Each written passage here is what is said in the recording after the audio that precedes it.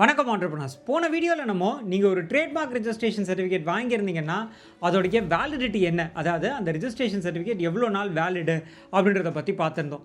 அதோடைய தொடர்ச்சியாக இந்த வீடியோவில் இந்த ட்ரேட்மார்க் சர்டிஃபிகேட் எக்ஸ்பைரி ஆகுது அப்படின்னா அதை எப்படி ரினியூ பண்ணுறது, எந்த டைம்குள்ளே ரினியூ பண்ணணும், அதுக்கான ஃபீஸ் என்ன, இஃப் சப்போஸ் மிஸ் பண்ணிட்டோன்னா அதோடைய கான்சிக்வன்சஸ் என்ன, இப்படி இந்த ட்ரேட்மார்க் ரினியூவல் பற்றினா அத்தனை டீட்டெயில்ஸும் பார்க்க போகிறோங்க. அது மட்டும் இல்லாமல் இன்னொரு முக்கியமான விஷயமும் இருக்குது. என்னென்னா, நிறைய பேருக்கு பிஸ்னஸ் ஆரம்பிக்கணுன்ற ஒரு கனவு இருக்கும். ஆனால் ஏதோ ஒரு சில காரணங்களுக்காக ஒரு சின்ன பயத்தினால அந்த பிஸ்னஸ் ஆரம்பிக்கணுன்ற ஆசையை தள்ளி போட்டுகிட்டே போவாங்க. இன்னொரு சில பேர் பிஸ்னஸ் ஆரம்பிச்சிருவாங்க. ஆரம்பித்ததுக்கப்புறம் தங்களோட பிஸ்னஸை அடுத்தடுத்த நிலைகளுக்கு கொண்டு போகிறதுலையும் நிறைய சிரமங்கள் சந்திப்பாங்க. இவங்க எல்லாருக்குமே உதவும் நோக்கத்தில் நம்ம ஒரு வாட்ஸ்அப் பிஸ்னஸ் கம்யூனிட்டி ஆரம்பிச்சிருக்கோம். அந்த கம்யூனிட்டியில் ஆல்ரெடி பிஸ்னஸ் பற்றின நிறைய information, business tips, business trainings எல்லாம் கொடுத்துட்ருக்கோம். நீங்களுமே அந்த கம்யூனிட்டியில் ஜாயின் பண்ணணும் அப்படின்னா அதுக்கான லிங்க் டிஸ்கிரிப்ஷனில் இருக்குது. மறக்காமல் அந்த லிங்கை கிளிக் பண்ணி கம்யூனிட்டியில் ஜாயின் பண்ணுறேங்க. வாட்ஸ்அப் கம்யூனிட்டியில் மீட் பண்ணுவோம். நான் அறிவழகன், பிஸ்னஸ் லாயர். என்னோட கம்பெனி பேர் ல இன்டெலிஜென்ஷியா பிரைவேட் லிமிடெட்.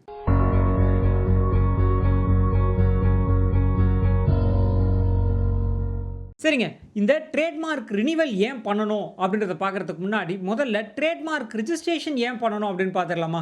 இதுக்கு ஒரு முக்கியமான காரணம் இருக்குங்க. என்னென்னா, இஃப் சப்போஸ் நீங்கள் ஒரு கம்பெனி நேம் இல்லை பிராண்ட் நேமை வச்சு பாப்புலராக அதை மார்க்கெட் பண்ணிகிட்டு இருக்கீங்க.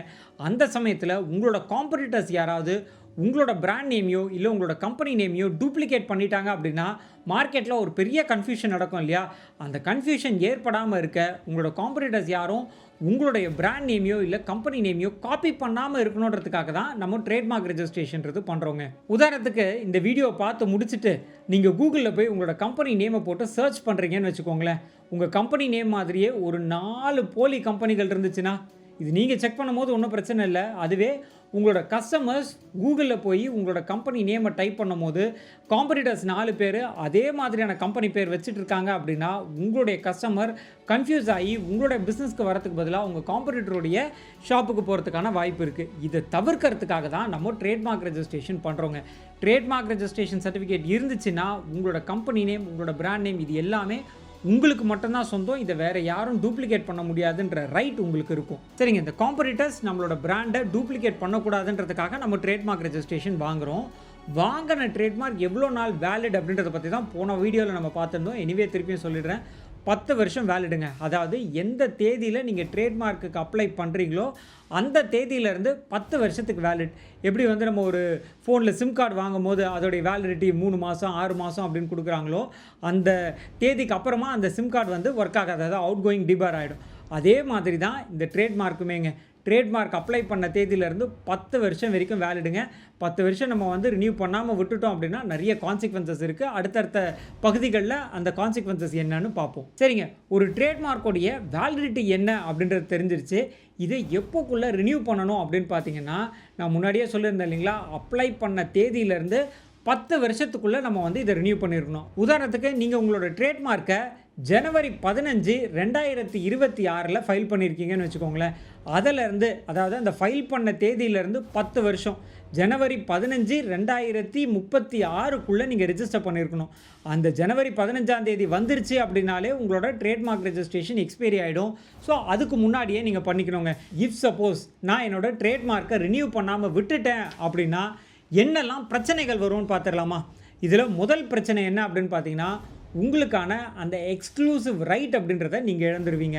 அதாவது ட்ரேட்மார்க் ரெஜிஸ்ட்ரேஷன் பற்றி நான் முன்னாடியே சொல்லியிருந்தேன். நீங்கள் ரெஜிஸ்ட்ரேஷன் வாங்கிட்டீங்கன்னா அந்த பிராண்ட் நேமையோ கம்பெனி நேமையோ வேறு யாரும் காப்பி பண்ண முடியாது.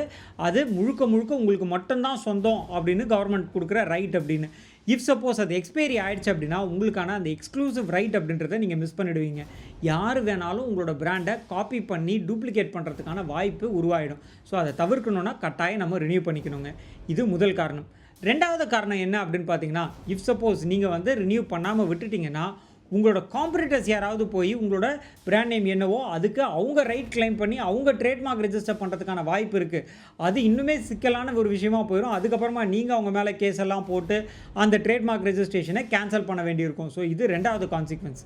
மூணாவது கான்சிக்வன்ஸ் என்ன அப்படின்னு பார்த்தீங்கன்னா, கோர்ட்டில் ஏதாவது ஒரு டூப்ளிகேஷனுக்காக நீங்கள் கேஸ் ஃபைல் பண்ணுறீங்க. அதாவது உங்களோட பிராண்டை யாராவது டூப்ளிகேட் பண்ணிட்டாங்க, அதுக்கு அகேன்ஸ்டாக நீங்கள் கேஸ் ஃபைல் பண்ணுறீங்க அப்படின்னா அந்த இடத்துல இந்த ரிஜிஸ்ட்ரேஷன் சர்டிஃபிகேட் இருக்குன்னா நீங்கள் அதை சாட்சியாக சப்மிட் பண்ண முடியும்.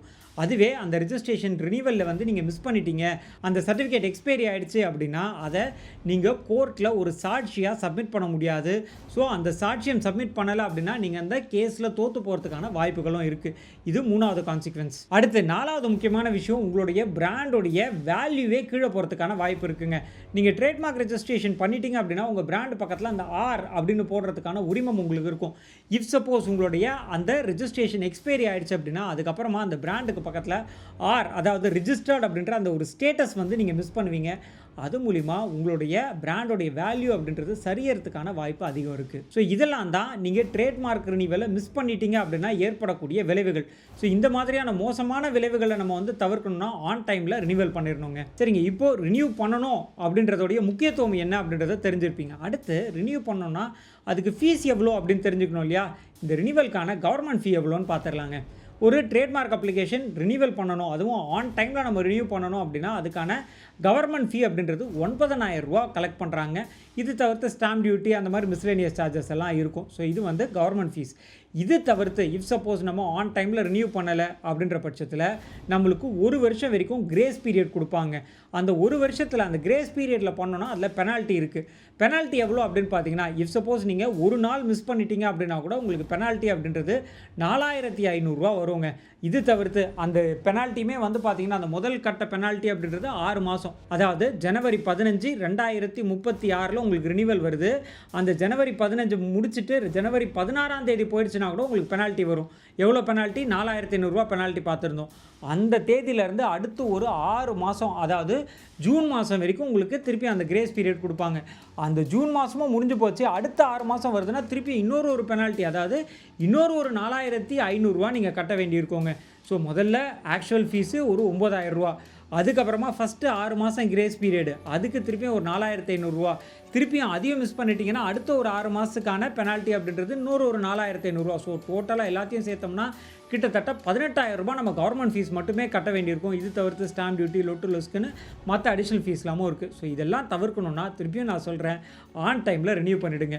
இதில் இன்னொரு விஷயமும் இருக்குங்க. என்னென்னா, இது வந்து ஒரு கிளாஸுக்கான ஃபீஸ் தான். இதே மாதிரி நீங்கள் ட்ரேட்மார்க்கை 2-3 கிளாஸஸில் ஃபைல் பண்ணிங்கன்னா ×2 ×3 அப்படின்ற மாதிரி கவர்மெண்ட் ஃபீஸ் அதிகமாகுங்க. இந்த இடத்துல நீங்கள் இன்னொரு முக்கியமான விஷயமும் கவனிக்கணுங்க. என்னென்னா, நிறைய பேர் என்ன பண்ணுவாங்கன்னா, லாஸ்ட் மினிட்ல இன்றைக்கி தான் எக்ஸ்பைரி டேட் அப்படின்னா இன்றைக்கி சாயங்காலம் 6 மணிக்கு வந்து ரினியூவல் பண்ணணும்னு வந்து நிற்பாங்க. அப்படி நிற்கும் போது என்ன ஆகும்னா, அந்த டைமில் ஏதாவது அந்த கவர்மெண்ட்டோடைய போர்ட்டல் பிஸியாக இருக்கும், மெயின்டெனன்ஸ்க்கு போயிடும், இல்லை ஒர்க் ஆகாமல் இருக்கும்.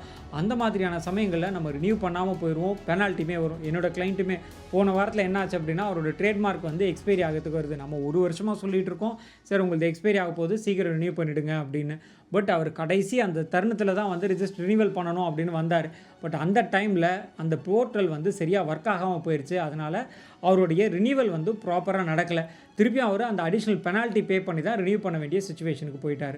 ஸோ அது மாதிரியான பெனால்ட்டிலாம் தவிர்க்கணும்னா மச் ஏர்லியர் ஒரு 10 நாள் 15 நாள், கவர்மெண்ட் எவ்வளோ நாள் கொடுக்குறாங்கன்னு பார்த்தீங்கன்னா, இன்றைக்கி உங்களோட ட்ரேட்மார்க் வந்து எக்ஸ்பைரி ஆக போகுதுன்னா அதுக்கு 1 வருஷத்துக்கு முன்னாடியிலேருந்தே நீங்கள் வந்து ஃபைல் பண்ணிடலாம். பட் உங்களோட எக்ஸ்பைரி இன்றைக்கி தான் வருது, இன்றைக்கே வந்து நீங்கள் ஃபைல் பண்ணணும்னு வந்தீங்கன்னா அந்த டைமில் போர்ட்டலில் ஏதாவது பிரச்சனை ஆகுது அப்படின்னா நம்மளால் ஃபைல் பண்ண முடியாமல் போயிடும். ஸோ அதை தவிர்க்கணும் அப்படின்னா ஆன் டைமில் ரினிவலுக்கு ஃபைல் பண்ணிவிடுங்க. சரிங்க, அடுத்து நம்ம இந்த ட்ரேட்மார்க்கை பற்றி ஃபீஸ் எல்லாம் பார்த்துட்டோம். இது அப்ளை பண்ணுறதுக்கான ப்ராசஸ் என்ன அப்படின்னு பார்த்துடலாமா? முதல் விஷயம், எப்போ அப்ளை பண்ணணும்? ஆல்ரெடி நம்ம பார்த்துருந்தோம், அந்த எக்ஸ்பைரி டேட்டுக்கு முன்கூட்டியே ஃபைல் பண்ணணும் அப்படின்னு. அதுலேயுமே 1 வருஷம் வரைக்கும் நம்மளுக்கு கால அளவு இருக்குது. 2036 ஜனவரி 15 எக்ஸ்பைரி வருது அப்படின்னா அதுக்கு 1 வருஷம் முன்னாடியிலேருந்தே, அதாவது ஜனவரி 15 2035 நம்ம இதுக்கு ஃபைலிங்கான ப்ராசஸ் ஆரம்பிச்சிடலாம். ஸோ 1 வருஷம் இருக்குது, அதுக்குள்ளே நம்ம எப்போ வேணாலும் ஃபைல் பண்ணலாம். அதனால மச் ஏர்லியர் ஃபைல் பண்ணிடுங்க. சரி, இது ஃபைல் பண்ணணும் அப்படின்னா அதுக்கு தேவையான டாக்குமெண்ட்ஸ் எல்லாம் என்ன அப்படின்னு பார்த்தீங்கன்னா, உங்களுடைய ட்ரேட்மார்க்கான அப்ளிகேஷன் நம்பர் நீங்கள் கொடுக்கணுங்க. இது தவிர்த்து நீங்கள் அட்வொகேட் மூலிமா ஃபைல் பண்ணுறீங்கன்னா இதுக்கான பவர் ஆஃப் அட்டார்னி நீங்கள் சப்மிட் பண்ண வேண்டியிருக்கும். 3வது, இதுக்கான ரினிவலுக்கான ஃபார்ம் இருக்குங்க, TMR அப்படின்னு. அந்த ஃபார்மை வந்து ஆன்லைனில் சப்மிட் பண்ண வேண்டியிருக்கும். இது 3 தான் இந்த ஃபைல் பண்ணுறதுக்கான டாக்குமெண்ட்ஸ். சரி, ப்ராசஸ் என்ன அப்படின்னு பார்த்தீங்கன்னா, இந்த ஃபார்மில் இருக்கக்கூடிய டீட்டெயில்ஸ் எல்லாத்தையும் ப்ராப்பராக ஃபில் பண்ணி இதுக்கான ஃபீஸ் நான் ஆல்ரெடி சொல்லியிருந்தேன் 9,000 ரூபா. நம்ம வந்து இது தவிர்த்து அந்த ஸ்டாம்ப் டியூட்டி எல்லாத்தையும் கட்டணும் அப்படின்னா நம்மளுடைய அப்ளிகேஷன் ஏற்கப்படும். இதுக்கப்புறமா என்ன பண்ணுவாங்கன்னா, கவர்மெண்ட்டு அந்த அப்ளிகேஷன் ஃபார்மை எடுத்து டீட்டெயில்ஸ் எல்லாம் கரெக்டாக கரெக்டாக இருக்கா அப்படின்றதெல்லாம் வெரிஃபை பண்ணி பார்த்துட்டு கவர்மெண்ட்டோட கெசட்லேயும் இதை பப்ளிஷ் பண்ணிவிட்டு நம்மளுக்கான இந்த ரினிவலை கன்ஃபார்ம் பண்ணி அதுக்கான கம்யூனிகேஷனை நம்மளுக்கு அனுப்புவாங்க. அந்த கம்யூனிகேஷன் லெட்டர் வந்துருச்சுன்னா நம்மளுடைய ட்ரேட்மார்க் அப்படின்றது ரினிவ் ஆகிடுச்சுன்னு அர்த்தம். அகெயின் திருப்பியும் இந்த ரினிவலுடைய வேலிடிட்டி பார்த்தீங்கன்னா திருப்பியும் அடுத்த 10 வருஷம். ஸோ எவ்ரி 10 இயர்ஸ் நீங்கள் இந்த ட்ரேட்மார்க்கை ரினியூ பண்ணிக்கிட்டே இருக்க வேண்டியிருக்குங்க. ஓகே, போன வீடியோவில் நம்ம இந்த ட்ரேட்மார்க்கோட வேலிடிட்டி என்னன்னு பார்த்தோம். இந்த வீடியோவில் எப்படி ரினியூ பண்ணுறது அப்படின்றத பற்றி டீட்டெயில்டாக பார்த்துருந்தோம். ஸோ இதே மாதிரி அடுத்து இன்ட்ரெஸ்டிங்கான ஒரு இன்ஃபர்மேஷனோட நான் உங்களை மீட் பண்ணுறேன். நான் அறிவழகன், பிஸ்னஸ் லாயர். என்னோட கம்பெனி பேர் ல இன்டெலிஜென்ஷியா பிரைவேட் லிமிடெட். நன்றி, வணக்கம்.